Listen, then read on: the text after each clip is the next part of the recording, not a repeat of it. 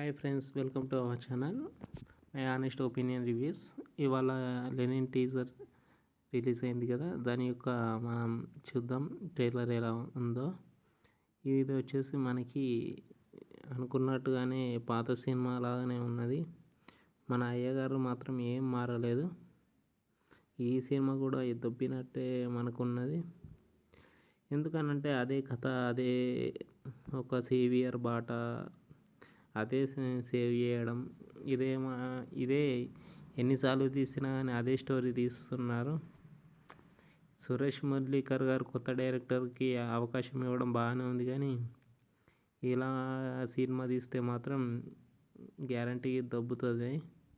ఇది ఎప్పుడో 1990s రావాల్సిన సినిమా లాగా ఉంది. మన నాగార్జున గారికి సినిమా అనేది బొక్క అని చెప్పుకోవచ్చు. ఇక్కడ చూస్తే మనకి ఇది మనల్ని ఉద్దేశించి పెట్టినట్టున్నది.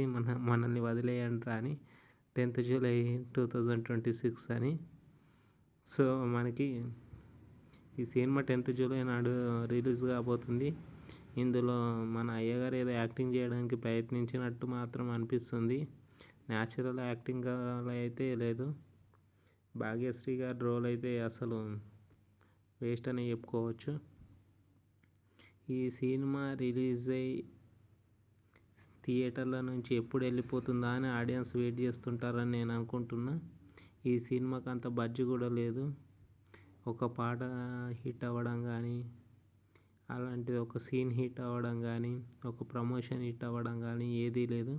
డైరెక్ట్గా 10th జూలై నాడు తీసుకొస్తున్నారంటేనే వాళ్ళ కాన్ఫిడెన్స్ అర్థం చేసుకోవచ్చు సినిమాలో ఏం లేదని. ఈ సినిమాతో సూర్యదేవ నాగవంశి గారికి మళ్ళీ బొక్కే అని అనిపిస్తుంది. ఎందుకు ఆయన ఎక్కువగా కథను నమ్మడం కంటే హీరో మీద ఎక్కువ దృష్టి పెడుతున్నారు ఈ మధ్య. నాగవంశి గారు జడ్జిమెంట్ అనేది ఈ మధ్య కొద్దిగా తప్పుతుంది కింగ్డమ్ సినిమా నుంచి వచ్చేసి. ఈ సినిమాలో మనకి చెప్తారు కదా, కురుక్షేత్రం జరుగుతుంది, ఆ పాత్రలు ఉన్నాయి, ఈ పాత్రలు ఉన్నాయి, కానీ అది ఇంట్రెస్టింగ్ ప్లాట్ లాగా లేదు. ఏదో మనకి అది హర్రర్ సినిమా లాగా లేదు, మరి యాక్షన్ సినిమా లాగా లేదు. ఎటు కాకుండా మధ్యలో సినిమా తీసాడని అనిపిస్తుంది ఇక్కడికి వచ్చేసి. 10వ తారీఖు జూలై నాడు చూసిన వాళ్ళకి మాత్రం రక్త కన్నీరే. దీనివల్ల మాత్రం ఎవరైనా సరే, మన అఖిల్ గారు ఇంత లాంగ్ డిస్టెన్స్ తీసుకొని మరి ఏజెంట్ తర్వాత ఈ సినిమా చేశారని అంటే నాకు అర్థం కావట్లేదు. ఇలాంటి సినిమా మాత్రం ఇంత క్రిస్పీగా సినిమా అంటేనే క్రిస్పీగా ఉండాలి, కొన్ని షార్ట్స్ పడాలి. ట్రైలర్ అనేది ఒక సినిమాకి తీసుకెళ్ళే భావన అనేది కలిగించాలి మన దాంట్లో. అలాంటిది ఏం లేకుండా ఏదో హీరోయిన్కి హీరోకి మొన్న వచ్చిన మోగ్లీ సినిమా ఉంది కదా, అలాగే ఉంది సేమ్ ట్రైలర్ వచ్చేసి. సో నేనైతే ఈ ట్రైలర్ తోటి మాత్రం ఫుల్ డిసప్పాయింట్ అయ్యాను. ఏదో మన అఖిల్ గారిని మనకి అనవసరంగా మన మీద రుద్దుతున్నట్టు అనిపిస్తుంది నాకైతే. అంటే ఆయన యాక్టింగ్ బాగానే చేస్తారు, కానీ ఆయనకు సరిపోయే కథలు అనేటివి దొరుకుతలేవు. కావాలంటే హలో సినిమా కానీ, మజ్ను సినిమా కానీ కొద్దిగా బెటర్ అలా ఉంటాయి. మజ్ను సినిమా కానీ, ఇంకొక సినిమా ఏదో వచ్చింది, మన పూజా హెగ్డే గారు ఉంటారు కదా ఆ సినిమా కూడా బాగానే ఉంటుంది. చెప్పాలంటే ఆ సినిమా ఇంకా బాగుంటుంది దీనికన్నా అని, ఈ ట్రైలర్ కన్నా కానీ ఆ సినిమా కొద్దిగా బాగుంటుంది. ఆయన ఎందుకో యాక్షన్ హీరోగా ట్రై చేయడానికి మాత్రమే చేస్తున్నట్టు అనిపిస్తుంది కథలు చూస్తుంటే. ఇందులో విలేజ్ బ్యాక్గ్రౌండ్లో ఉండే అంత సూట్ కాలేదు. ఆ డబ్బింగ్ అనేది అంత పర్ఫెక్ట్ లేదు. ఆయన వాయిస్ మనకు తెలుసు కాబట్టి ఆ డబ్బింగ్ అనేది మనకు అంత కనెక్ట్ అవ్వట్లేదు.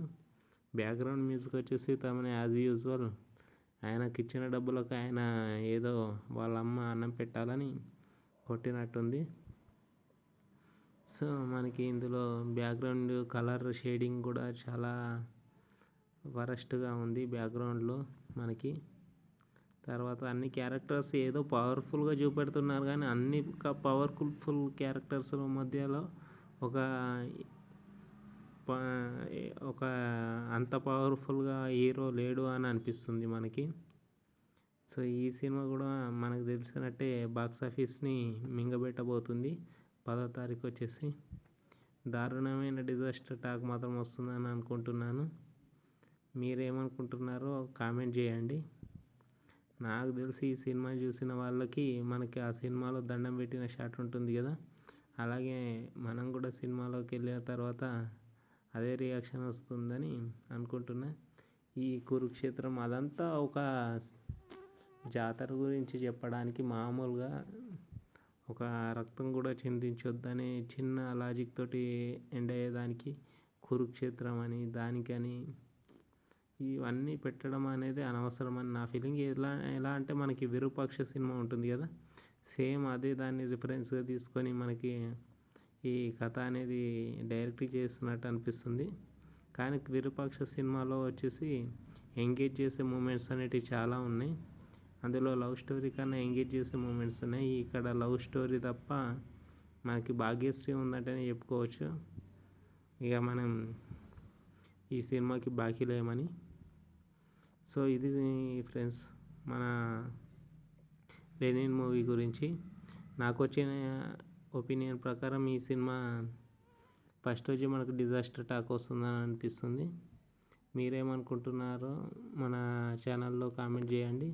అలాగే లేటెస్ట్ అప్డేట్స్ కోసం, లేటెస్ట్ రివ్యూస్ కోసం మన ఛానల్ని ఎప్పుడు ఫాలో అవుతూ ఉండండి. ఛానల్ని సబ్స్క్రైబ్ చేయండి. Thank you friends.